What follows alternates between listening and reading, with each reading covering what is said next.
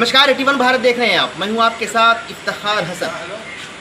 इस वक्त मैं मौजूद हूं औरंगाबाद शहर में और कुछ लोग हमारे साथ मौजूद हैं जो अभी आवाज़ें उठ रही थी मदरसा वक्फ कमेटी के ऊपर और मस्जिद कमेटी के ऊपर। ये जो आवाज़ें उठ रही थी कि घोटाले की बात सामने आ रही थी, तो घोटाले की बात सामने आ रही थी। अभी यहाँ पे किनके ऊपर घोटाले का आरोप लगाया गया है, थोड़ा सा लोगों के अंदर कन्फ्यूज़न भी हो गया, कुछ कहने में हो गया और कुछ सुनने में भी कन्फ्यूज़न हो गया। लेकिन अब यहाँ पे क्लियर हो रहा है कि किनके ऊपर ये आरोप लगाया गया और किन लोगों ने ऐसा काम किया। हमारे साथ जो मौजूद है वो प्रिंस भाई मौजूद हैं यहाँ पे, वो बताएंगे। अच्छा, अभी जो आवाज़ उठ रही थी बहुत ज़्यादा, फिर उसके बाद दोबारा प्रेस कॉन्फ्रेंस हुआ, कमेटी वालों ने किया और प्रेस कॉन्फ्रेंस के ज़रिए उन्होंने बताया कि ये इल्ज़ाम सरासर गलत है और बेबुनियाद है।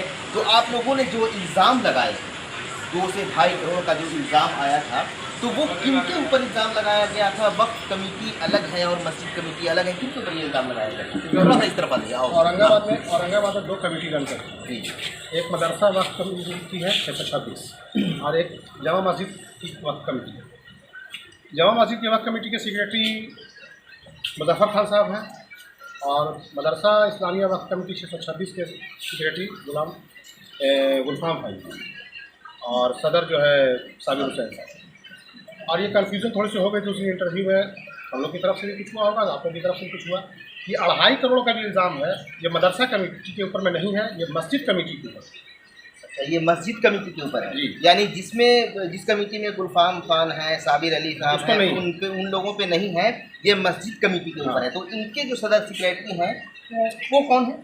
मुजफ्फर खान साहब सेक्रेटरी हैं और सदर कौन है इनका मुझे जानकारी है और वाकई में उसमें मेमोरान है, उनसे आप पता कर लेंगे, वो बताएंगे कौन सदर है। जब मस्जिद कमेटी के ऊपर जब इल्ज़ाम था तो नाम उनका कैसे आ गया? मुजफ्फर खान नाम आ गया, साबिर अली नाम आ गया, तो ये कैसे हो गया? नहीं, कन्फ्यूज़न में नाम आया। जैसे हमने जो बाइट दिया था पिछली बार, वो हमने मदरसा कमेटी के बारे में दिया। बाबर अली ने जो इंतजार किया था बाइट, वो मस्जिद के बारे में दिया। इसी बीच में आप पत्रकारों से थोड़ी सी कन्फ्यूजन हो गई और वो 2.5 करोड़ का मामला जो है मदरसा में चला। मदरसा में 2.5 करोड़ का मामला नहीं है, हम साफ करते हैं। ये मस्जिद कमेटी के ऊपर में आरोप है 2.5 करोड़ का। 2.5 करोड़ से ज़ायद है, लेकिन हम लोग 2.5 करोड़ के बारे में। चलिए, ये तो क्लियर हो गया।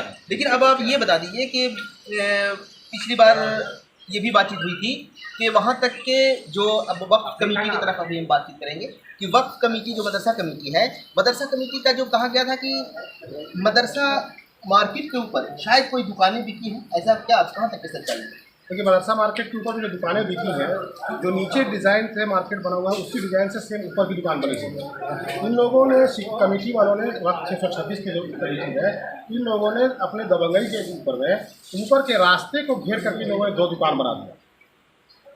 आखिर उस रास्ते को इतने ज़माने के बाद में घेर के दुकान बनाने की क्या नौबत आ गई? उसमें ऊपर में एक शरीफ साहब की दुकान है जिसके दुकान के 2 शटर हैं। एक शटर के बाहर से लोगों ने रातों रात दीवार खड़ा करके थे, उन लोगों का शटर बंद कर दिया, जिसके खिलाफ कंप्लेंट किया गया अल्पसंख्यक कल्याण विभाग में। यहाँ उन लोगों ने इन लोगों को नोटिस जारी किया, फिर उन्होंने इन्फॉर्मेशन किया पटना वक्फ बोर्ड को। पटना वक्फ बोर्ड का जो हमने आपको कागज़ दिया है उन्होंने इनको बजाते कहा है कि आप तत्काल प्रभाव से काम को रोक दें और हमको स्पष्टीकरण दें कि किसके आदेश से आपने ये काम किया है, जो कि सरासर गलत है। उसके बावजूद, ऑर्डर आने के बावजूद भी इन लोगों ने वहाँ पर काम करते रहे। तो आखिर वो दुकान जो बनाए 2 पीस ऊपर में, तो किसके लिए बनाया? किसी न किसी को इन्होंने बेचा है। तो आवाम ने, किसी ने आवाज़ उठाई? आवाम ने आवाज़ उठाई तो ही कल्याण विभाग में जो है हम लोगों ने कल्याण पदाधिकारी को जो यहाँ दिया, अल्पसंख्यक कल्याण पदाधिकारी को जो हम लोगों ने आवेदन दिया, ये आवाम के जरिए ही दिया गया। तो ये जो आया हुआ है नोटिस उनके पास कहाँ? उनके पास का नोटिस है ये। चलिए, वज़ू खाने के बारे में आवाज़ उठ रही थी कि वज़ू खाना भी बेच दिया गया, मदरसा जो मस्जिद के बाहर का जो वज़ू खाना है वो भी बेच दिया गया। इसमें कहाँ तक की सच्चाई है? इसमें बिल्कुल सच्चाई है।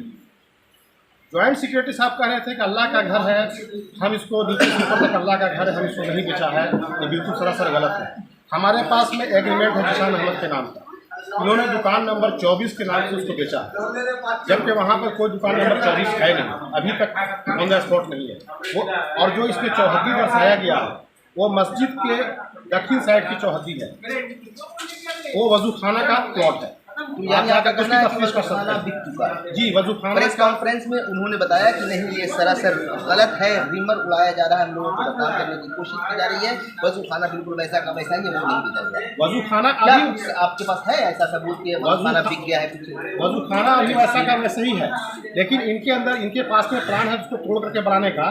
तोड़ के बनाने से पहले ही उन्होंने जिशान अहमद के नाम पर एग्रीमेंट किया, जो हम एग्रीमेंट की कॉपी आपको दे रहे हैं। जरा तो जिशान अहमद के एग्रीमेंट की कॉपी है, ये वाला यही है, ये कॉपी ईशान अहमद, ये ओरिजिनल नहीं है ना, ये फोटो कॉपी है ना। ये ओरिजिनल, इसकी ओरिजिनल या तो जो जिशान अहमद के पास होगी और एक कॉपी कमेटी के पास में है।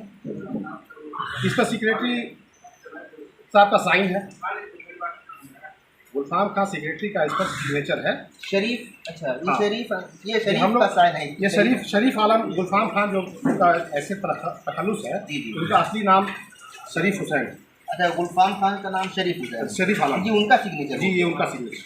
अच्छा, और लेने वाला कौन है? लेने वाले जिशान अहमद है। ईशान अहमद। जिस वक्त ये एग्रीमेंट होकर के नोटरी में एफिडेविट के लिए गया था, उस वक्त हम लोगों के हाथ की कॉपी लगी थी। ईशान अहमद का सिग्नेचर वगैरह है कुछ? उसका भी इसका सिग्नेचर वो तो अपना सिग्नेचर करके नोटरी कराए होंगे ये। अच्छा, ये फिलहाल अभी उनका सिग्नेचर लेकिन होना चाहिए था, जब एग्रीमेंट है तो उनका भी होना हम चाहिए। जैसे ही एग्रीमेंट करके जिशान अहमद लेके जा रहे थे तो हमको वहाँ से हाथ लग गई। यह जो एग्रीमेंट जब बना था तो वहाँ से किसी ने हमें दिया है, ये सूत्रों से मिली हुई चीज़ें हैं। इसकी चौहद्दी मैं बताता हूँ। इसकी चौहद्दी में उन्होंने साफ लिखा है कि उत्तर में मस्जिद, ठीक है, दक्षिण में रोड, पूरब में सीढ़ी, जो वजूखाना के जस्ट बगल में है, सीढ़ी ऊपर जाने के लिए, और पश्चिम में दुकान नंबर 25, जो कि ऑन द स्पॉट 25 नंबर दुकान नहीं है, न 24 है न 25 है। ये वजूखाना को तोड़ करके ये 24, 25, 26, 27 जो भी होगा, यानी अभी वो आपके कहने के मुताबिक अभी वो वजूखाना है, इसी का ये एग्रीमेंट किया गया, बनाया गया, और अभी आने वाले वक्त में वो दुकान बना करके किसी को दे देंगे, यही है जी। वैसे ये एग्रीमेंट अभी फिलहाल पूरा लग रहा है, ये मेरे ख्याल से नहीं, ये एग्रीमेंट पूरा है। ये 1000 रुपये के स्टैम्प पेपर पर देने वाले दोनों का 1000 रुपये के स्टैम्प पेपर पर है एग्रीमेंट। और किस लिए एग्रीमेंट ले रहे हैं? पेपर खरीदा जाता है जो नोटरी से स्टैम्प वेंडर से, इस पर लिखा गया कि एग्रीमेंट के लिए, और इसके एग्रीमेंट में सारी चीज़ें लिखी हुई हैं। तो ये आपके कहने का मतलब है कि वो दुकानें बिक चुकी हैं, मतलब वजूखाना बिक चुका है। उन्होंने जो कहा वो गलत, बिल्कुल सरासर गलत उन्होंने कहा। अच्छा, उन्होंने जो कहा है काफ़ी अभी कमेटी कैसा काम कर रही है, क्या कहेंगे? कमेटी काम ही नहीं कर रही है। कमेटी से पैसा उन्होंने दिखाया है कि मदरसा बनात, ये देखिए बिल्डिंग चमक रही है, और मदरसा वहाँ मार्केट नंबर 2 में जैसा कि आपका बयान में आया था कि हमने एक टॉयलेट बनाया और रेलिंग लगवाए और पानी का इंतज़ाम किया, और मदरसा के मैदान में या कहीं शायद बोरिंग के बारे में हमने देखा नहीं है वैसे, लेकिन उन्होंने कहा है। तो ये क्या इन सब चीज़ों को उन्होंने सच बताया है कि गलत बताया है? इसमें कुछ सच्चाई है, इसमें कुछ सच्चाई है।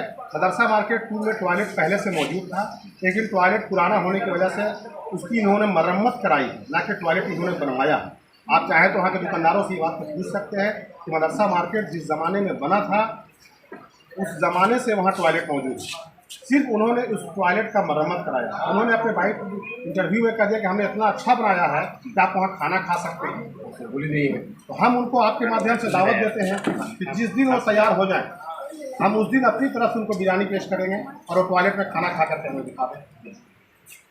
देखिए अभी जो अब हमारे साथ और भी लोग मौजूद हैं, ये आवाम मदरसुल बनात की जो आप बात बोल रहे हैं, पिछली कमेटी जो थी दिलावन खान की, उन्होंने भी उसका रंग रोगन किया था। उसी रंग रोगन पे इन्होंने अपना बिल बना दिया, और ये कहते हैं कि 11 लाख रुपये खर्च, 11 लाख की बिल्डिंग तामीर किया है आपने। मदरसुल बनात की बिल्डिंग 30-35 साल पुरानी है और वो बिल्कुल सही कंडीशन में है। आप चाहें तो वहाँ जाके देख सकते हैं कि कौन सा रंग रोगन हुआ है, कौन सी ज़मीन बनी है, और 11 लाख रुपए का आपने काम कराया तो क्या बोर्ड से परमिशन लिया? वक्फ बोर्ड के नियम के अनुसार जो उसका कानून है उसके मुताबिक आप जो है 1 लाख रुपए से ज़्यादा का काम करने के लिए आपको वक्फ बोर्ड से परमिशन लेनी है। क्या आपने 11 लाख के लिए परमिशन लिया? क्या आपने कोई टेंडर निकाला? क्या किसी कॉन्ट्रैक्टर के साथ साइन किया? कॉन्ट्रैक्टर को किस मोड में पैसा पेमेंट किया? आरबीआई कहता है कि 1,93,000 से ज़्यादा पेमेंट नहीं कर सकते हैं कैश में। क्या ये स्टेटमेंट दिखाएंगे किस कॉन्ट्रैक्टर को उन्होंने चेक से पेमेंट किया?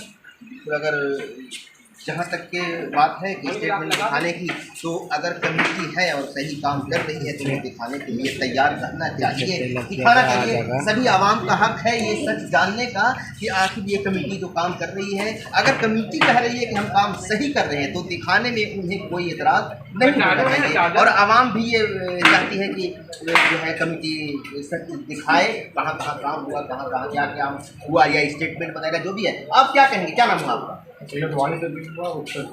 अच्छा, तो जहाँ तक की बात है, जो बहुत सारी जो बातें उठ रही है औरंगाबाद में मदरसा के ऊपर जो उंगलियाँ उठ रही हैं, कमेटी किस तरह से काम कर रही है? वक्त बोर्ड की कमेटी मदरसे की कमेटी काम कर ही नहीं रही, इसकी झूठ रही है।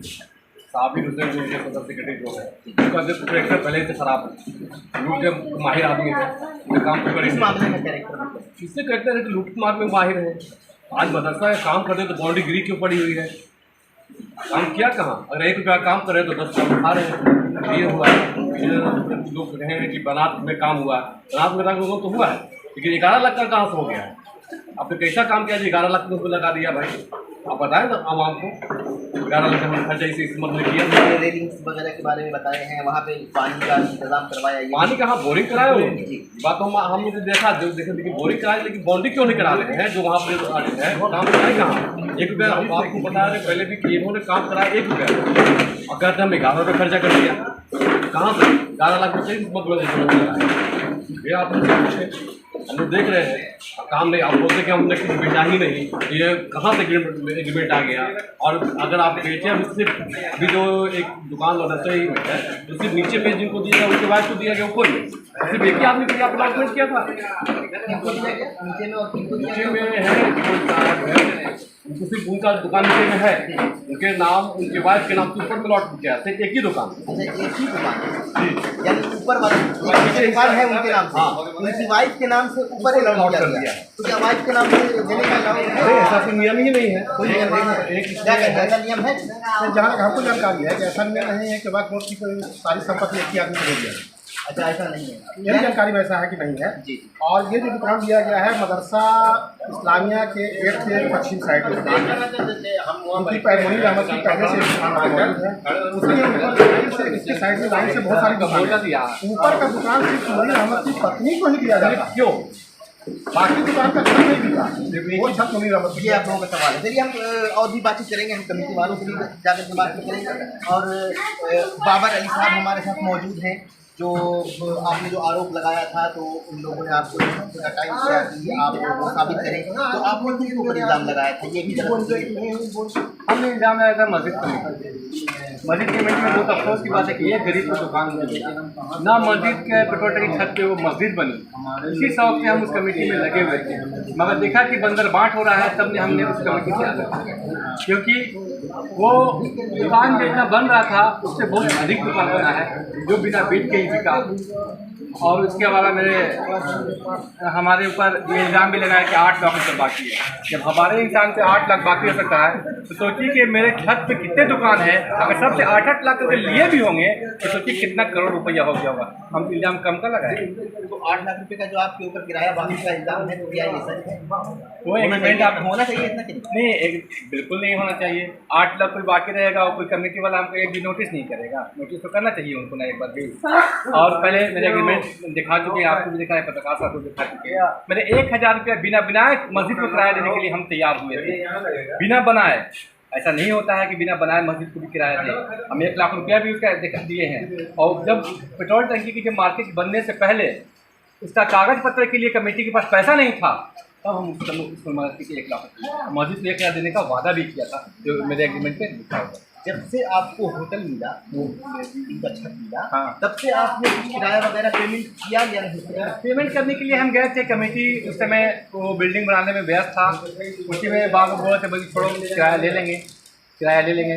मगर ऊपर से पता नहीं उनके दिमाग में क्या था, क्या चल रहा था, ऊपर से कुछ जा रहे थे, क्या चाह रहे थे, बोले कि कोई बात नहीं दे लेंगे, मगर अभी तक लिए नहीं। जब अभी विरोध किया हमने उस कमेटी के, तो उसमें घोटाला हुआ है, उसी के दूसरे ही तीसरे दिन से मेरे ऊपर आरोप आना चालू हुआ। पहले क्यों नहीं आरोप लगाया?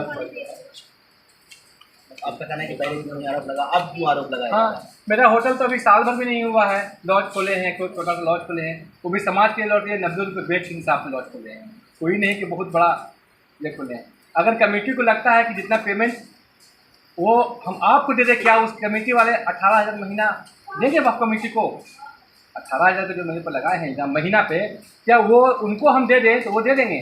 क्या उनकी जो भी प्रॉपर्टी है, आज मदरसा और मस्जिद की जो भी कमेटी है, कई लोग के नाम पे, सेक्रेटरी लोग के बाल बच्चों के नाम पे दुकान मौजूद है। तो अब ये बताइए कि जो मस्जिद कमेटी है या वक्फ कमेटी के ऊपर आप बोल रहे हैं कि हमने इल्ज़ाम नहीं लगाया, मस्जिद के कमेटी के ऊपर लगाया, तो मस्जिद कमेटी के ऊपर देखिए, मस्जिद वक्फ कमेटी क्या, वक्फ कमेटी दोनों वक्फ नहीं, मदरसा कमेटी, मदरसा कमेटी होती है और मस्जिद कमेटी है, फिर जिला वकाफ कमेटी होता है जिसका प्रेसिडेंट शम्स साहब। तो अभी जो तत्काल में आपने जो इल्ज़ाम लगाया था 2 से 2.5 करोड़ का, ये मस्जिद कमेटी पे लगाए हैं। अभी तो इन लोगों ने उतना काम नहीं किया, 50-60 लाख रुपये आया है होगा लमसम, मगर इन्होंने कोई काम मदरसा इस्लामी में नहीं किया। इसको इन्होंने बाद हम मशवरा दे रहे थे कि जितने मुसलमान औरंगाबाद में हैं उनके बाल बच्चे, ये बनात तो मेरे चाचा ने बनवाया था, मदरसा मार्केट को मेरे चाचा ने बनवाया था, मगर उन्होंने आज तक न एक दुकान, एक गुमटी तक अपने नहीं रखा, ना अपने भतीजे को एक गुमटी दिया। वो समाज के लिए वो काम किया, बनात तो इसीलिए खोला कि हर गरीब का बच्चा वहाँ तालीम हो सकता है। मगर इन लोगों ने जब से वो इंतकाल कर गए हैं, जो भी कमेटी आई है सब लूटने का काम किया है, और सब सदस्य के नाम पे 5-5 को 4-4 को 3-3 का दुकान अभी भी मौजूद है। ऐसी कौन सी दुकान है जो देखिए, ताकि हम उनसे बात पूछेंगे ये सवाल। देखिए, पहली बात कि उनके जब इंतकाल होने के बाद समीम साहब सेक्रेटरी आए थे, समीम साहब के सेक्रेटरी की मौजूदगी में देखी विशाल मोटर जितने भी 4-5 दुकान उनको प्राप्त है, कहाँ से मिला उनको, कैसे मिला दुकान? उसके बाद फिर आए हैं, क्या बोलते हैं, मस्जिद कमेटी में उनके नाम पे पहले से दुकान थी, क्योंकि वो सेक्रेटरी कैसे बन गए? शम्स के नाम पे जब वो सेक्रेटरी थे मदरसा नंबर 2 मार्केट नंबर 2 के छत के ऊपर 33 नंबर दुकान उनके बेटी के नाम पे थी, फिर वो कैसे सेक्रेटरी बन गए? उसके बाद भी उनको बचाया जा रहा है, और जब भी बनते हैं तो अपने भाई भतीजे अपने ही परिवार को सदस्य सेक्रेटरी बनाते हैं। क्यों? 10 साल से क्या हो रहा है? क्या आवाम औरंगाबाद का मुर्गा हो गया, जो चाहे लूट सकता है? अच्छा, देखिए उस टाइम में हमको मदरसा में बुलाया गया था, मगर कुछ एक मेरे दोस्त बहुत करीबी दोस्त लोग इंतकाल कर गए, बड़े भाई बच्चे मिले, उनकी वजह से हम लोग मदरसा में नहीं जाते। उस दिन तुरंत खाने का सुबह में हम जाने के लिए भूल गए, और ना ये फ़ोन आया हमारे पास। हम तो उस दिन जो बयान दिए वो इत्तेफाक, वो जो दिल में थी, नमाज़ पढ़ के निकले थे, देखिए टोल पे की नमाज़ रखे हुए कंधे पर, हम लोग सब निकल के नमाज़ पढ़ के निकल रहे थे, इत्तेफाक से वो बयान दिए, और जो बयान दिए वो बिल्कुल सही जवाब। देखिए, मस्जिद कमेटी के सदस्य कौन है, कुछ समझ सकते हैं, अलग से तो नहीं है। और दूसरी बात कि मदरसा और मस्जिद के सेक्रेटरी बनने के लिए तैयार रहते हैं, औरंगाबाद में 18 मस्जिद है, उसमें तैयार क्यों नहीं रहते हैं लोग? क्यों है सवाल, ये है सवाल। और कहाँ और क्या कहेंगे आप? पूरी बात आपकी खत्म हो चुकी है, या फिर और जैसे आप गलत फहमी की वजह से, या चाहे जो कुछ भी साबिर ये है सदर हैं जो मदरसा कमेटी के, तो उन्हें भी ये बात अच्छी नहीं लगी, और सेक्रेटरी साहब उस्मान खान है उनको ये बात नहीं लगी, तो उनके लिए अभी आप क्या कहेंगे कि आप उनको इस बात से बरी करते हैं, या हम बरी तो होंगे नहीं, क्योंकि 14 महीना उन्होंने बिता दिया और अभी तक डेवलपमेंट का कौन काम नहीं हुआ। बस खाली 11 लाख रुपये का बिल थमा के हैं कि 11 लाख को हमने बनात में काम किया, तो 11 लाख रुपया लगाने से एक बच्चा भी एडमिशन हुआ है। यानी इस इल्ज़ाम से वो बाहर हैं, या नहीं? कौन घोटाला में? घोटाला 2 से 2.5 करोड़ का नहीं, हाँ, इस इल्ज़ाम उन पे नहीं लगी, उन पे नहीं है, ये उधर मस्जिद कमेटी पे लगी। चलिए हम उनसे बातचीत करेंगे, लेकिन क्या आप बता रहे थे 11 लाख रुपया का जो उन्होंने काम करवाया है, कि 11 लाख रुपया वो बेकार ना बर्बाद किए हैं। आप कर रहे हैं उसमें ये करेंगे वो करेंगे, अरे जो बच्चे लोग को संस्था है, हम बोले थे उनको CBSE पैटर्न को स्कूल खोलिए, तो आप ये स्कूल क्यों नहीं खोलते हैं? हमारा आपका बच्चा जो DAV और लॉर्ड बुद्धा में पढ़ने जाते हैं, जो 2-3 हज़ार महीना लगता है, हर गरीब का बच्चा वहाँ फ्री ऑफ कॉस्ट में पढ़ता थी। इसलिए फ्री ऑफ कॉस्ट कि 1.5 से 2 लाख रुपये महीना आपको किराया आता है, तो 1.5 लाख में आपकी स्कूल नहीं चलेगी। मगर वो 2 लाख रुपये तो खाने का इंतजाम किए हुए हैं अपना, वो टीचर को ऑलरेडी देने का वो इंतजाम किया हुआ है। जो मदरसा मार्केट बना था वो टीचर के लिए बना था, उसको सैलरी देने के लिए, मगर सैलरी देते हैं मगर वो बिना काम के देते हैं। उसमें एक बच्चा नहीं पढ़ता है कि उर्दू, अब ये सब पढ़ने वाले नहीं हैं बच्चे लोग, अब सब जाते हैं CBSE स्कूल में। तो वहाँ भी एक ऐसा संस्था रहना चाहिए जो अरबी उर्दू के साथ CBSE पैटर्न पे चले। अपने मुफाद के लिए, दूसरे के लिए नहीं, सिर्फ अपना मुफाद। अभी बाबर साहब ने जो कुछ मिनट पहले कहा कि 1990 के दशक में हमारे बड़े अब्बा मदरसा के सेक्रेटरी थे, तो ये हकीकत है कि अब्दुल-हई खां औरंगाबाद का एक मदरसा मार्केट का नाम रोशन करके गए। ये मदरसे मार्केट की ज़मीन एक बनिया के कब्जे में थी, उस बनिया के कब्जे से उन्होंने छुड़ाकर मार्केट बनाया। मार्केट बनाकर उस वक्त आज जैसे नीलाम हो रहा है वैसे नीलाम करते तो अरबों की प्रॉपर्टी बनाकर छोड़ के जाते, लेकिन ऐसा उन्होंने नहीं किया। हर गरीबों को बसा दिया बेगर मुफाद के। अभी क्या कहेंगे, किस तरह का काम चल रहा है? अभी तो जो भी काम चल रहा है मुफाद का काम चल रहा है, अपना काम होना चाहिए। लूट का काम हो रहा है, जनता का कोई भला काम नहीं हो रहा है, बच्चों की एजुकेशन खराब हो रही है, कोई शिक्षा का काम नहीं हो रहा। जो अभी कमेटी वाले लोग हैं उन्होंने बताया कि ये बनात की बिल्डिंग अभी चमक रही है और वहाँ पे पानी का भी इंतज़ाम करवाया है, उन्होंने बोरिंग करवाया है खास करके, और मदरसा मार्केट नंबर 2 उसमें भी टॉयलेट बना है, ऊपर से रेलिंगें भी बनी हैं। तो उनका कहने का मतलब है कि ये सब देखने की चीज़ है, आवाम आकर के देख सकती है। अभी कुछ लोगों ने कहा है टॉयलेट के मामले में, उस पर खाना खाने की भी बात हुई है। तो अभी प्रिंस बाबू कहा ना कि मैं भी एक बार दावत देखता हूँ कि टॉयलेट कैसा बना है जो खाना खाने वाला। चलिए, क्या नाम हुआ आपका? क्या कहेंगे आप, ये जो अभी बातचीत चल रही है अभी इसके बारे में क्या कहेंगे आप, कैसा लग रहा है, क्या होना चाहिए, गरीब क्या क्या हो रहा है? हो रहा है बिल्कुल गलत है, और जो मस्जिद की ज़मीन है ईमान की खत्म हो चुका है। आज के डेट में, पहले के डेट में लोग पहले ईमान था, और आज के डेट में ईमान नहीं है। अभी जो वहाँ पे जो हो रहा है कि जो नशा वगैरह जो ज़्यादा इंजेक्शन वगैरह दे रहे हैं, तो बिल्कुल ये गलत है। क्योंकि ईमान से लोग नहीं चल रहे, एक रूल से नहीं चल रहे। यही है हमारा आपके माध्यम से यही मैं कहना चाहता हूँ, इस चीज़ को सिस्टम को आज की डेट में इसको आगे के लिए। चलिए, हमारे साथ देखिए जिन्ना साहब मौजूद हैं, जो एक मशहूर इंसान है, ये किसी तारुफ इंट्रोडक्शन के मुहताज नहीं, औरंगाबाद के हैं थोड़ा सा। तो आप क्या कहेंगे अभी जो आवाज़ें उठ रही हैं मस्जिद मार्केट या मदरसा वक्फ कमेटी के ऊपर जो आवाज़ें उठ रही है, क्या कहेंगे इसके बारे में? थोड़ा देर हो गया, ये सब चीज़ पहले होनी चाहिए थी। चलिए, देर आए दुरुस्त आए, और इसमें कहीं ना कहीं हम सब दोषी हैं।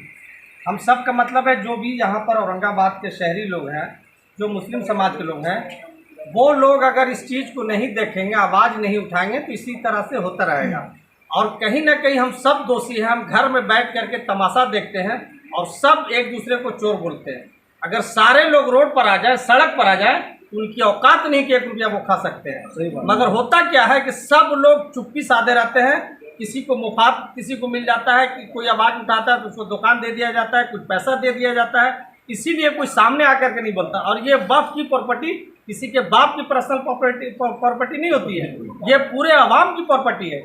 जिन लोगों ने दिया है इस प्रॉपर्टी को, उनका मकसद था कि गरीब गुरबा को इसका फ़ायदा पहुंचे, मस्जिद का काम हो, यतीम खाना में दिया जाए, गरीबों को जितना से जितना इसका सहायता मिल सकता है दिया जाए। मगर ये हो नहीं रहा, सारा का सारा सिस्टम उल्टा हो रहा है। और इससे कहीं ना कहीं पूरी औरंगाबाद की जो मुस्लिम समाज है वो दोषी है, वो गुनहगार है। उनको अल्लाह के यहाँ इस बात का जवाब देना होगा कि आपके सामने सारा चीज़ हो रहा था, आप खामोश बैठ के घर में देख रहे थे। आप दोषी हैं, आपको रोड पर सड़क पर आना पड़ेगा, इसके लिए आवाज़ उठाना पड़ेगा, तब जाके इन सब चीज़ों को बचाया जा सकता है। कैसे बचाने का कोई रास्ता? बचाने का ये रास्ता है कि सारे लोग मिल करके अच्छे लोगों का एक चयन करें, चयन करके चेयरमैन को यहाँ बुलाया जाए। अगर चेयरमैन तक बात नहीं जाती है तो माननीय मुख्यमंत्री जी के पास जाया जाए, सारी बात को रखा जाए। और उसमें से जो बढ़िया लोग हैं, जिन पर लोगों को उम्मीद है, विश्वास है कि ये लोग अच्छा करेंगे, वो कमेटी चुन के कमेटी को लोग शहरी पैमाने पर भेजें और उनको बनाया जाए। और अगर चोरी कोई कर रहा है तो उसको आवाज़ मुखर होकर के बोलना चाहिए, रोड पे, सड़क पे, चौराहे पे, चाय की दुकान पे। जब तक इन लोगों को आप बदनाम नहीं की गया, जो लोग ऐसा कर रहे हैं, तब तक आपका कल्याण होने नहीं जा रहा। खान हुआ, मैं क्लब रोड का निवासी हूँ।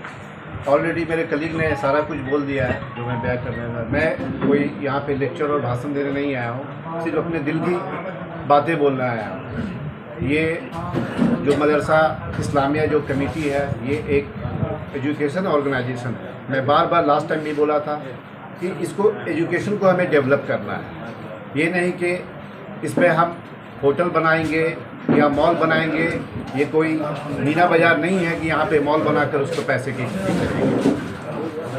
उसके अलावा जैसे मदरसातुल बनात में ऑलरेडी हमारे भाई साहब ने बताया कि 11 लाख 12 लाख रुपए, या पिछली कमेटी ने भी 3 लाख रुपए खर्च किए।